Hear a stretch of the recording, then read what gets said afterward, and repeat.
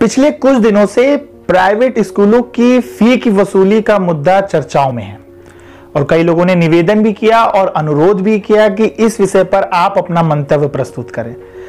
तो सच पूछिए तो जो मेरा मंतव्य है, तो आजादी के बाद सबसे अधिक पतन अगर हुआ है तो वो है शिक्षा व्यवस्था का।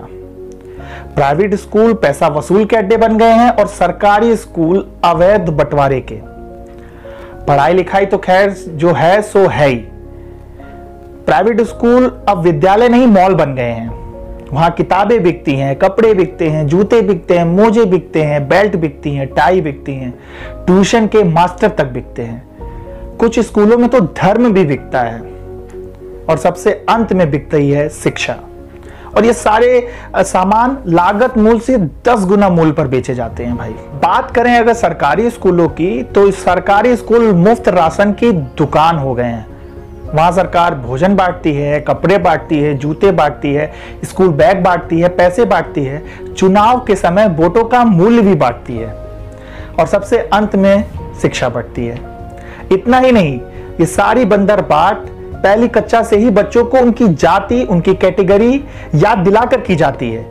फिर वही सरकार बुद्धिजीवियों से पूछती है कि जातिवाद मिट क्यों नहीं रहा, और बुद्धिजीवी दारू की बोतल गटक कर कहते हैं ब्राह्मणवाद के कारण। लॉकडाउन के दौरान विद्यालय बंद हुए तो सरकार ने आदेश किया कि मध्याह्न भोजन का पैसा हर बच्चे के खाते में भेज दिया जाए।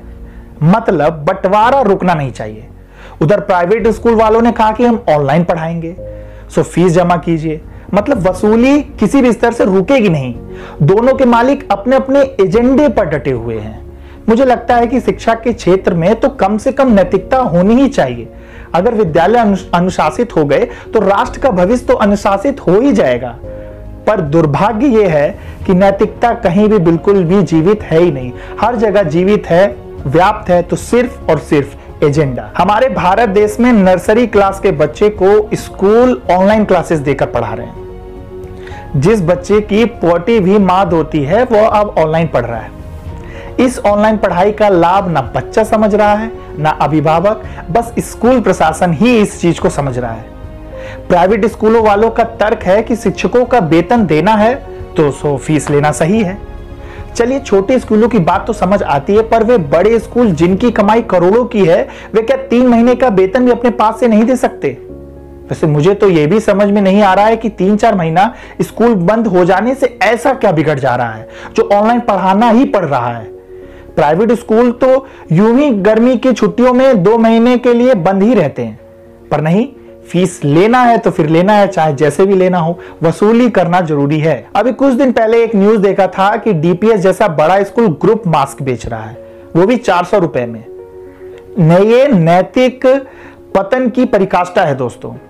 आपको क्या लगता है, ऐसी व्यवस्था में पढ़ लिख कर निकला बच्चा किसी के प्रति निष्ठावान हो सकता है? मेरे हिसाब से तो नहीं।